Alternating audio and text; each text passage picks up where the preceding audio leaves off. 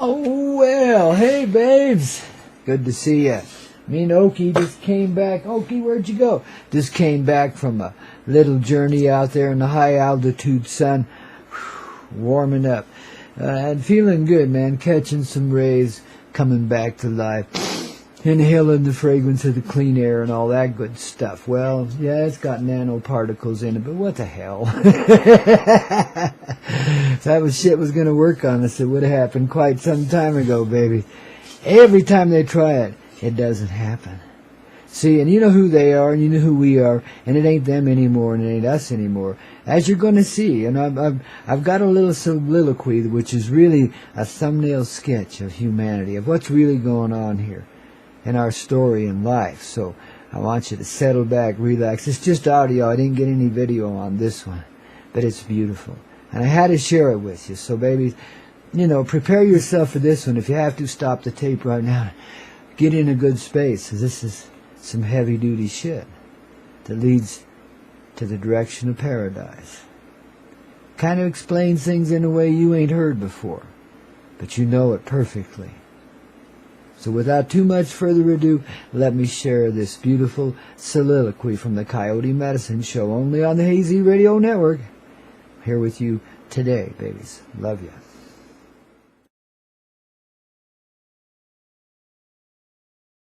Hey, man, let's just get through the thumbnail sketch of what's really going on here right now. So, you know, yeah, you've got these, beings called the Illuminati or the Cabal that seem to be operating in the shadows of this earth and trying to control us all in a very dark and mean and heartless sort of way. And you wonder where such energy comes from. You know, back in my day when I was a kid, there were people around even then that knew about all of this, but could not quite unravel it. They were considered fanatics. It's amazing to me to watch just the last few years how truth has been exposing itself at all levels, in all ways. So this Illuminati is kind of like a representation in human form of some draconian control. Now, draconian means something that comes from beyond us. It's another race of beings that aren't exactly human, don't you see? And they can take many different shapes and form and be whatever we want them to be. But they're like basically what we see of as the evil in this life. And it's like an invasion has occurred on this planet many, many thousands and millions of years ago. And human beings have been occupied ever since with a contrary energy. And our journey has been not only to find balance between our so-called good and bad sides, but to see beyond the mythology of good and bad. To see past the boogeyman, to see the illuminated ones in the darkest mother truckers there could ever be. It's the ultimate joke in the Illuminati. Now, I posted a little meme yesterday on my Facebook page. Let me pull that sucker up here so I can get it just exact. Because, you know, these things are always momentary, and they come right from your heart, and you just let them flow in, you know. This is how you do the divine poetry and learn to dance the cosmic dance here in life. But there's the woman standing on the water before the great sunrise. She calls to him, "Come, sweet one, arise in your light." Now, some people take that on the male and female level and genderize it immediately, you see, and take it as something about relationship and so on and so forth, about the man's heart coming back. Well, it's true. It is on that level, that's it. But it goes beyond that just a wee bit, you see. You always want to look and see what's really going on here, you know. When you can open your heart, when you can give yourself some time to live in the divine, you start to see past the paradigm. The poetic comedy, a tragicomedy in which we've lived, and all the Illuminati and dark cabals to go with it, and everything beyond it, you know, interplanetary warfare, etc. It's all bullshit. It's a total unreality. But our challenge has been to live through it and see through it, as soul presences dumbed down in the darkest of ways. In other words, we adopted the characteristics of our invaders. Now, why would we ever want to do such a thing? As a human collective, as the heart of the Mother Earth, etc., why would we invite such abuse and heap it upon ourselves? Well, it's the Rock of Ages, babies. And that's how we learn to roll with it, babies. And this is how we learn to see beyond such insane and absurd paradigms as this one in which we've lived, where this thing called money, which is nothing, has arisen and caused wars and nations and generations to annihilate each other with ferocity, man. A real velocity, too. Huge volume of death. World War II, man, it maximized there. We were just shy of total annihilation in World War II, babies. You don't realize how close we come. And then they keep the conflicts going in the background, all these little conflicts, and then they get bigger, and then there's all this saber rattling back in the late 50s, early 60s. Not many of you were around and remember that. But spirits have taken me and shown me these moments in time where these sons of bitches, actually pushed the button on us. They had us well prepared. There were fallout shelter signs all over, and we knew exactly how to bend over and kiss our sweet asses goodbye underneath our little school desks. They taught us really well on that. Boy, there was some real conditioning, some real fear-mongering going on there. But these some bitches were earnest about it. They really wanted to annihilate the world again, man. Blow it back to caveman time so they could rule over, whatever the dynasty was left here, I mean, there's some people that have such an emptiness inside, all they can feel is destructive tendencies. And this seemed like the A-bomb, seemed like the ultimate tendency to destruction. Oh, hell yeah, give me that toy, baby boy. And so some dumb son of a bitch, and I don't know which side it was on, but some dumb son of a bitch, and forgive me for the terminology, but God bless them, that's what they were in those times. Gotta remember, it's a divine paradigm, man. You gotta remember, we're just play acting here, but ooh, it gets so serious and so real. Especially when people are pushing the button on their entire fellow human beings, on the entirety of the earth, or at least a good damn part of it, you know what I mean? They aim to blow this back to nothing. And they literally pushed the button, and there were beginnings of launches on both sides. This happened 2 or 3 times. I only saw it once. They only showed me the one time. But there was a reversal. All of a sudden, there was a whammy on. These things, these missiles started to come up out of the silos, and all of a sudden, whew, 3 seconds back. 10 seconds back, something like that, and those missiles were still in their silos and sitting there silently. No ignition, no launch, no nothing. The button had never been pushed. And the moment went by and it didn't get pushed, you see. We've been preserved in this way many times over in the background. That's the larger background in this illusion in which we live. That is a reality. The angelic presences are working with us, and they're working in conjunction with some ET presences, which are essentially angelic too, and can appear in any form that we want them to. You see, we are the creative essence of this reality, and all of our experience here is proving this to us. How dark and ugly we want it to be, we can have it any way we want it. And if it had been the human intention to truly blow us all to smithereens in that time, it would have been done. And we'd had to go back and start over again. We've done it many times before. We know how, babies. My lifetime here, I've kind of reflected the human tendency of starting over again and again and again. But always staying in the flow and always coming back, with power, don't you know? But power in the heart, not power over people. But power to be alive and living and still enjoying it despite very adverse conditions and the difficulty of having to start over and reconnect with another element in the paradigm, or connect with a whole new element you knew nothing about. You had to be a chameleon. You had to learn how to fit in and go with the flow and learn the bullshit as you went along in your new occupations and so forth, man. Mostly I fell back on trucking, but I always had a penchant for business too, and a little bit of marketing, man. So, it's been kind of a wild and varied life.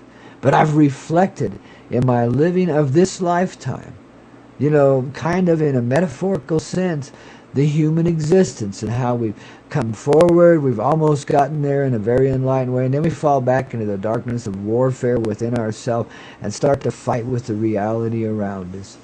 And feel the contrariness of it, and geez, oh babies, we go to hell in a handbasket.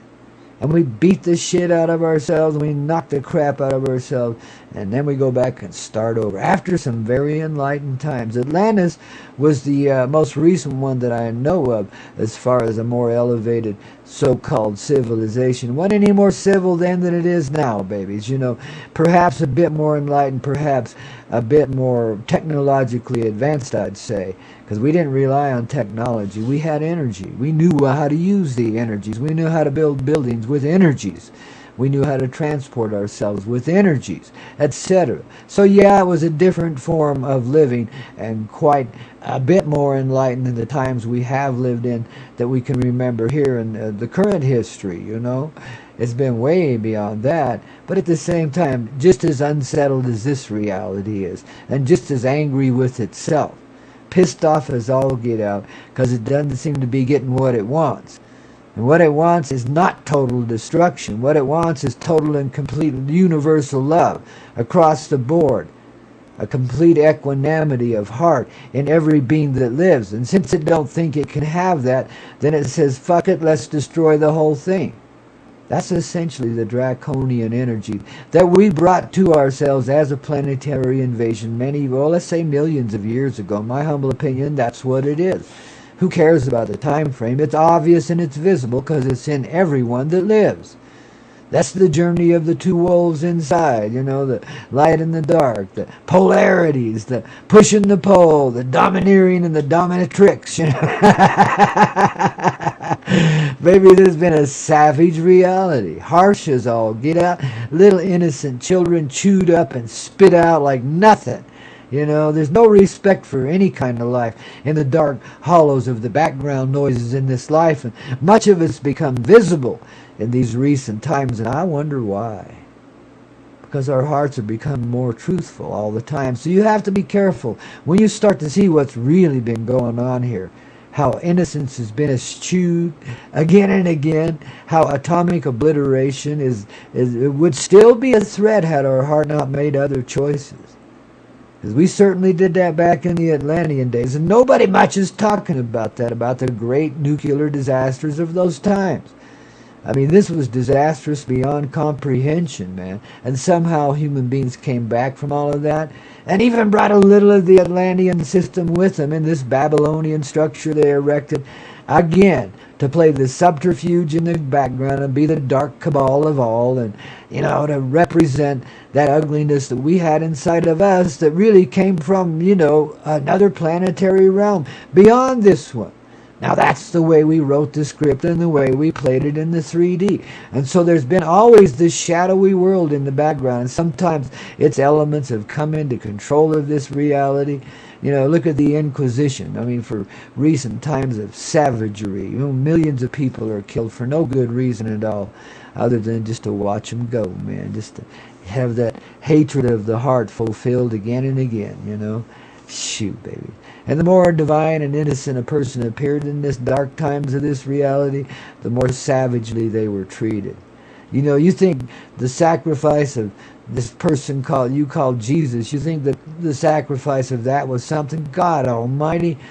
I mean, just about every life that lived in any form that had any kind of decency within them coming forward and that was visible got the same kind of torments and tortures, burned at the stake, beheaded. You know, I mean, guys, we have invented some real horrible ways to torture ourselves, and there's been darker times than these in many ways, and there's a lust to return to those dark times right now, and you can see it. And because you can see it, it ain't going to happen.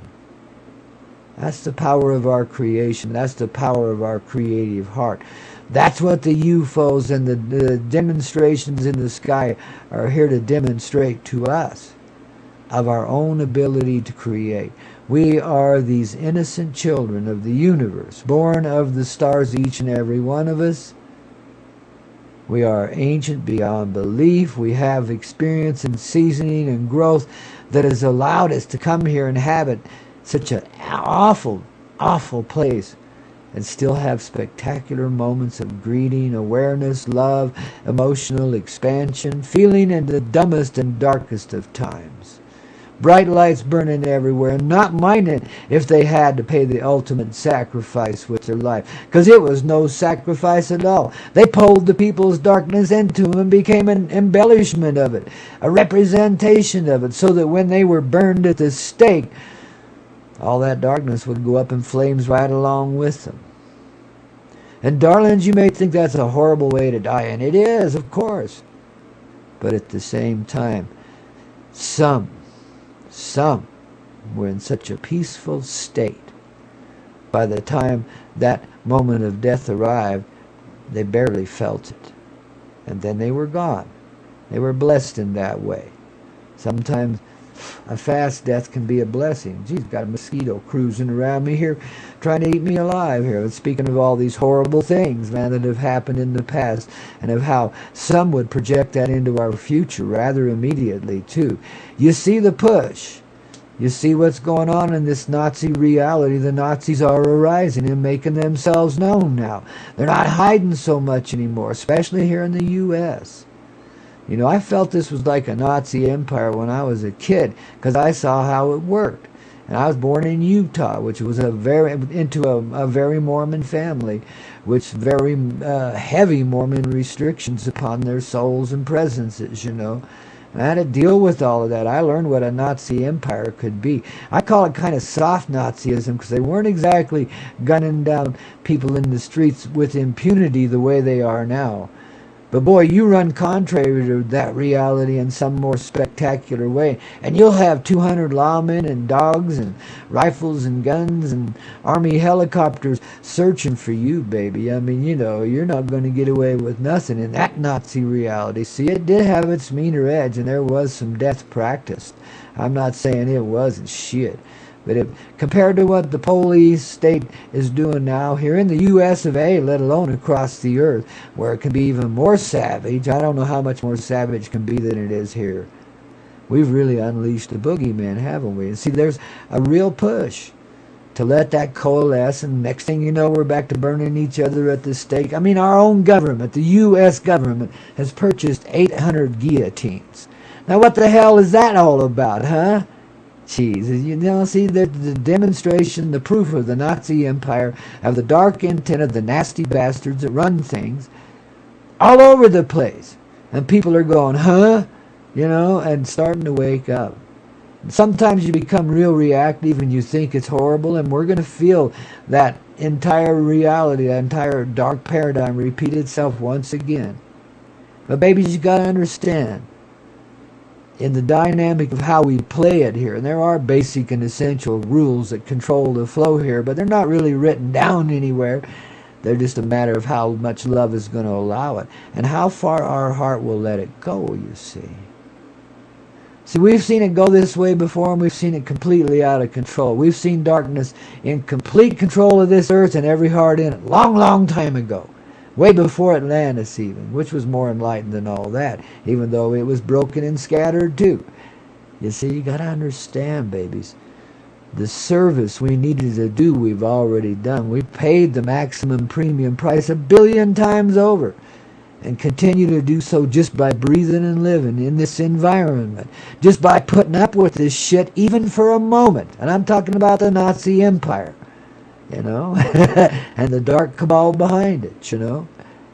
It wouldn't surprise me at all if they were trying right now to reincarnate Hitler down there in Antarctica in their special little secret little underground hidey hole there, their little dome city that's so impervious to the weapons of this world, etc. You see, there, you know, there's all this dark shit. I mean, it's very devious and it's very well planned out. I've watched it happen in my lifetime because I knew presences back in my childhood that were aware of these things going on, however overreactive they might have been. At least I was able to open my eyes and see it, so I've watched it happen in my lifetime. I didn't really believe it would turn in this direction, and I still don't. But I'm amazed at how far we've let it go, how far we've let it create ourselves. But remember, and be reassured when you see UFOs in the sky, even if they seem to be earthbound ones. But the real ones, which are outnumbering the earthbound ones by billions, you know, you feel them. You feel the love radiating back to you. You know you're about to see and re-experience a truth that's long escaped you. And the moment that we see and live in that truth, well, the plans of the darker things are over with, because this is the woman standing on the waters of the earth. The one woman, the mother of all, calling forward the illuminated one from his dark little pit of hell, saying, baby, come and shine. The party's over. Time to unwind and be divine. See, that's the whole reason we allowed all of this darkness and all of this nastiness to come into this reality. We had to rehabilitate ourselves, and this was a part of ourselves that in creation had escaped us for a while. Got real radical on us, and this was then the plan of the human heart in the beginning, was to coalesce all of our energies, see past then the polarities that we'd been living in, and regenerate our life as a singular illuminated being. That's the ultimate joke in the Illuminati. The darkest are often the brightest, because only those beings can endure such a painful existence, or a numb existence. You know, an existence without feeling, Jeezo. That's where all these nasty feelings come from, because there's nothing worse than not being able to feel. So you're going to manufacture something for you to feel one way or the other, and unfortunately, we let it get real polarized and ugly. But see the other side of it. At the same time, all that ugliness was producing a desperation in people for love that brought forward many poetic and heroic moments in the expression of love in many different ways. You know, others giving their lives for a cause greater than themselves continually throughout our history. You know, nobility such as we've never seen before. See, we were proving to ourselves how durable and powerful our own heart is. See, we were babies, man. We needed to know our reality, and the only way we could really know that was by stretching ourselves beyond it in some way, and living in this polarity, yes, which is an unreality. See, you feel love, you feel respect for the life within yourself. You're beginning to feel respect for the earth around you then, and the presences in it, even though you can't possibly understand them. Your fellow human beings, for the most part, seem like they're fucking insane. And you just can't agree with their existence. Not like that. But yet you know in your heart, you see something greater there, don't you? You see past the drama. You see a real person, a real heart. You see a love emotion that is so frustrated, doesn't know what to do with itself.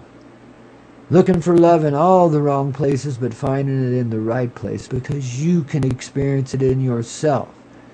And that's an experience that is shared then widely with all the presences around you. And this way you become a nuclear experience here. It's an explosion that's way beyond the atomic bomb. It's an explosion of conscious awareness, the presence of love in life, real simply put. And that's where all these dark dudes and dudettes have been leading us, whether they knew it or not, you know. Darkness is the ultimate brightness. And you shall see this and understand this, because you're starting to see it and understand it in yourself. That's why it reflects in the reality. That's why these loving beings in the UFOs and these so-called ETs are making their presences known. Baby, there's a story here bigger than that. Bigger than life itself, because it is life. And it's the opening to true life and true living, which puts an end into all the tawdry pain and bullshit we've put up with here in ourselves, as well as the world around us, you see. Yeah, and sometimes you can tell I'm a little out of patience with it. I'm a little out of patience with myself. And I don't like living in that bullshit. I don't want to see it go on any longer. I think it's laughable how bad it's gotten. You know, how much we've allowed here. You know, people, if you don't want the police to be the bullies on the block that come down and kill you and kill your kids for no good reason at all, just gun you down like you're just nothing, babies, stay in your love and presence. You're so protected. You disarm the intention behind the police state in yourself. and therefore the police state is no more. People become conscious, and if there's any robotrons out there that have been created as military and police persons, in other words, biological robotic machinery, it will immediately cease to be. Or, if it's made of humanity, it becomes conscious too, because you can't have one particle of humanity without the conscious presence in it. You can't breed it out of you, no matter how many test tubes you put it through and how far you break down the genetics. You would not believe the incredible science that's gone on in the background here. Some of the horrible combinations of life we've seen these bastards try to put together. I've witnessed this shit firsthand. I've been in their dark, secret little tunnels and so forth. I smelt the stench of it, but I learned to find love even in such ugliness. And therefore, we've been able to put an end to these practices in this world. And the rest of the dimension and paradigm in which these dumb bastards have played is falling apart. The police state is losing its heart and finding the reality that is a heart inside of themselves. And yeah, there's much regret, and there's going to be a little pain for some of those because they never felt it before, as they were picking on themselves and didn't even know it. You see, baby, that's how collected we are, and how individual and personal every person in this reality is in the one person that's all of creation. The consciousness of the human collective is so great that, one person can't have a stubbed fingernail without everybody else experiences that presence in themselves too. You see, that's how dynamic our true feelings is and how far shut off from them we've been. Because darn few people experience it that way. But I can look at my whole life now and understand that I carry the energies of Mother Earth with me. And I feel everything that she feels. In other words, that all the life around me is going through, I feel it all. And wow. It was very burdensome to me when I was a kid. I didn't understand it. I felt like Christ on the cross. And I couldn't die. I just hurt. You should see me. There's a little picture of me at 8 years old with my hands in my pocket, bent over on my shoulders, wearing my little Cub Scout outfit. I don't know whatever happened to that picture. I don't have a copy of it. It's long gone. But it was like quite the, boy, that told my story right there. I took it all to heart. I took it all as if it was something personally I was responsible for. It took me a long time to see past that perception. It had been so heaped upon me, other people around me in dark and shadowy ways as well as more direct ways had kind of convinced me that that was my path in this life, was to take the burden of humanity and be Jesus all over again, etc. That's what I was feeling when I was a kid. Not realizing I was just feeling what everybody was going through. It wasn't a burden. It wasn't necessarily a blessing. It was just a feeling.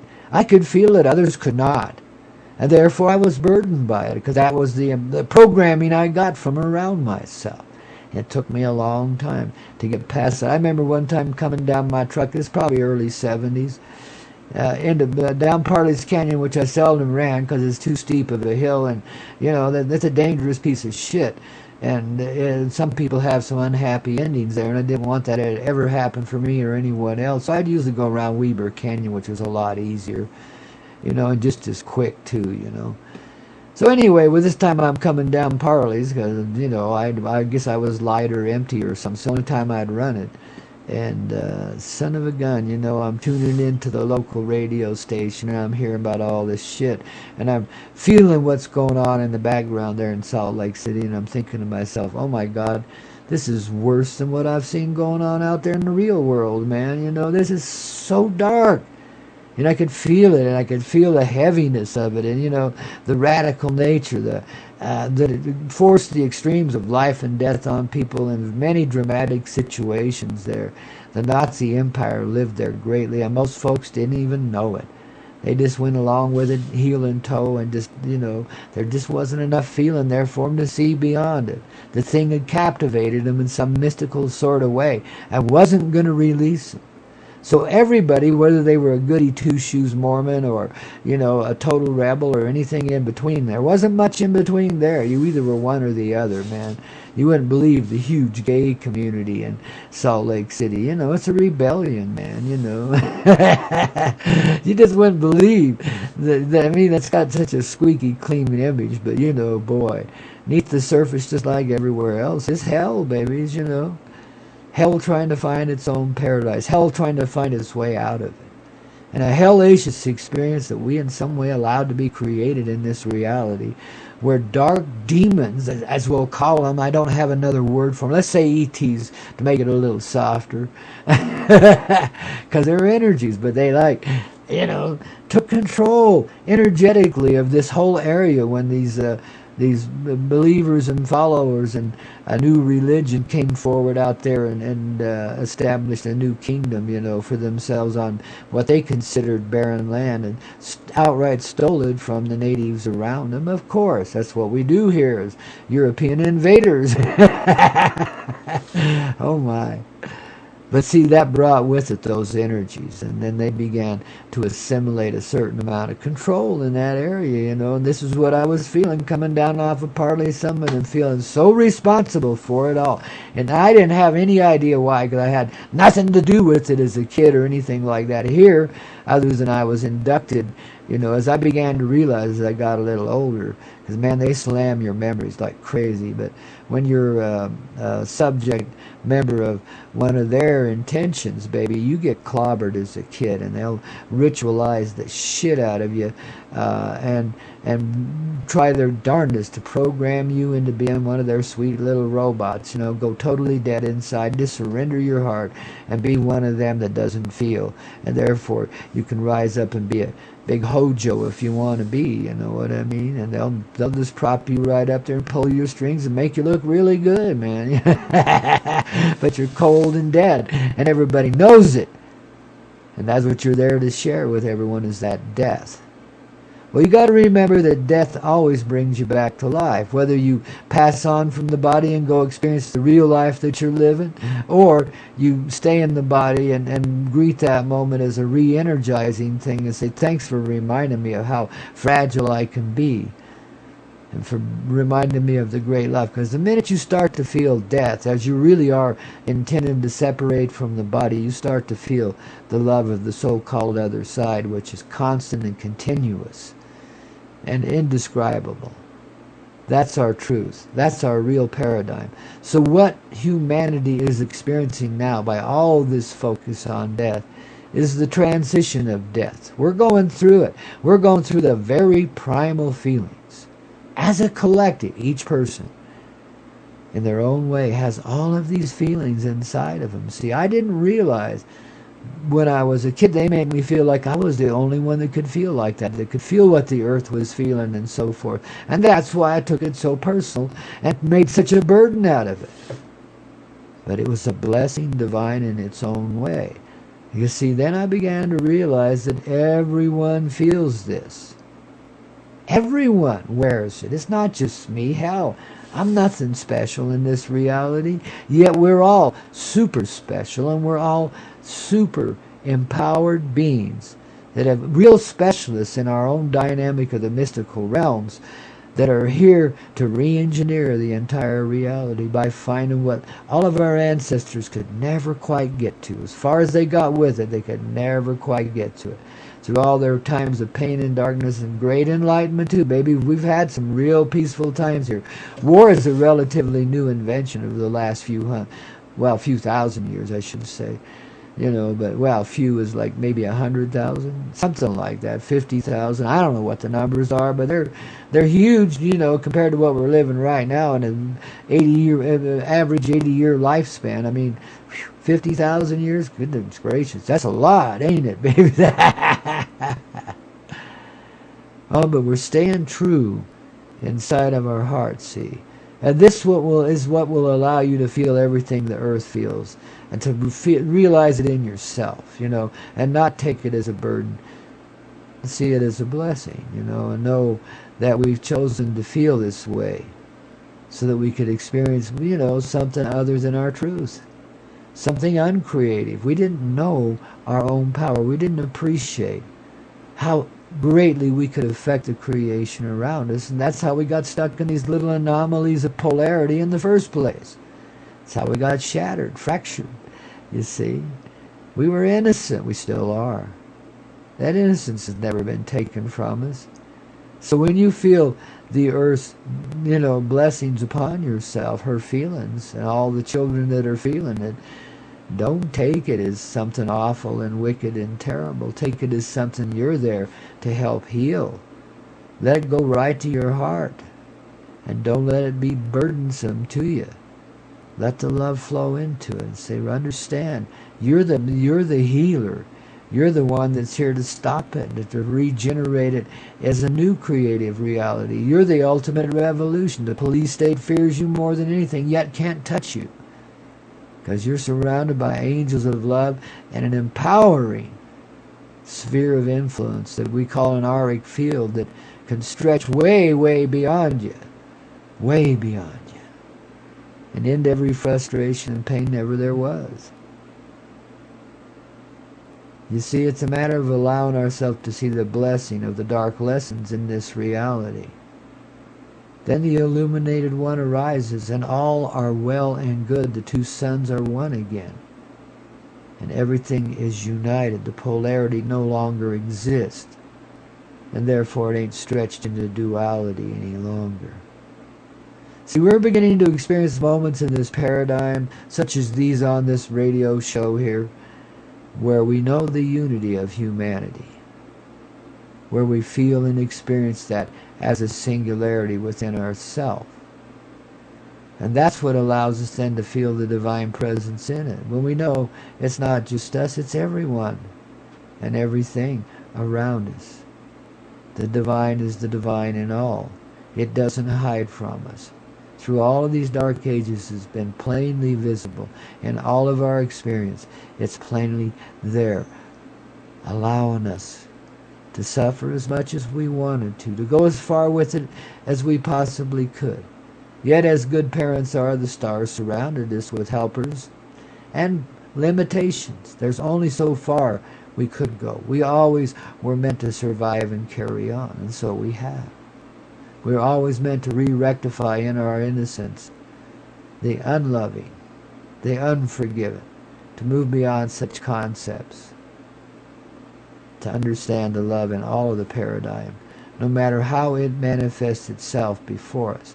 It's kind of like watching a movie now and living in it, but seeing, instead of the characters that are there holding a gun to your face, well, you see the actor behind that character, and you know there's no intention for death, that this is just play acting, and that gun's an inert thing.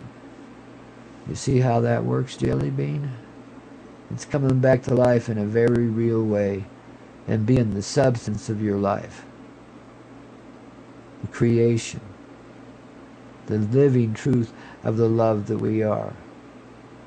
And that's what this paradigm around us is beginning to suggest to us on many different levels, in many different ways. It's coming forward because we allow the creation of it in our heart. The reminders are here then. The family is arriving and has arrived and has already gathered and coalesced with us. And I'm talking about the larger human family that exists across the universe, that we long since forgotten. We gave birth to a long time ago. There was a time in human's existence, you haven't been told much about this because not many people really remember it, but there was a time when we were scattered across the stars. These Stargate things were real. We were the Stargates then. We didn't need mechanical apparatus. We could be anywhere. We spread ourselves all across this universe. And then we've found that humbling experience of the great invasion here in this planetary reality we call Earth, or Gaia, the Mother. And we began to separate ourselves from the conscious presence of truth. And the universe expanded far away from us. And all of a sudden we were in time. And the sun was arising and setting, and there wasn't all this shininess inside of us. At least I still was there, but we just couldn't see it anymore. That was the beginning. It was kind of panicky at the time, Yet, as the ancient saints that we are, we were well prepared for this. That's why we've managed to get through all these millions of years of historical torment and bring ourselves back to this conscious awareness, this presence of being in the now of this reality. It's our time, it's our place. It's what we've come here to receive and be. You see, our whole life has been lived for these moments of now. And that whole life is joined in this moment and all the lives before it. And we've served many thousands of times. Some of us may be in the millions, I don't know. But we've been in and out of these lifetimes again and again. So here's saluting your presence for finding your nobility, your life, your love, the reality of truth in which you live, babies. Yeah. Clink, clink. Babies, you rock. I roll. Let's, get on with a little more of this medicine show, don't you know? Put it in high gear, babies, man. Well, you got to start out in low, of course, you know, but let's get this sucker going, man. Shift those gears. Take that ride. Let's get down the highway of life, babies. It's not so short after all. Hey, now if you've enjoyed this video and you're starting to see and grow into true reality, you're starting to see the sunrise everywhere. It's the return of daylight, baby. Clarity, the blue star clarity, yeah. So anyway, I'm glad you made it this far. And if you want to know more, you want to even score a little more for yourself, well, send me a little email. info@thecoyoteclub.com. INFO, little sign at thecoyoteclub.com. And babies, we got a little private service where we can chatterbox. If you got a computer and a video or a cell phone with a front-facing video cam, etc., and the ability to hook to the internet, you can be a part of this meeting. It's real simple. It's easier than Skype, etc.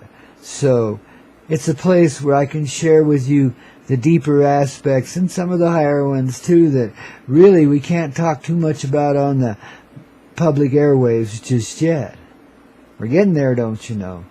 But if you'd like to be a part of that little group, the Vibe Tribe, that we'll have a little discussion maybe 2-3 times a week.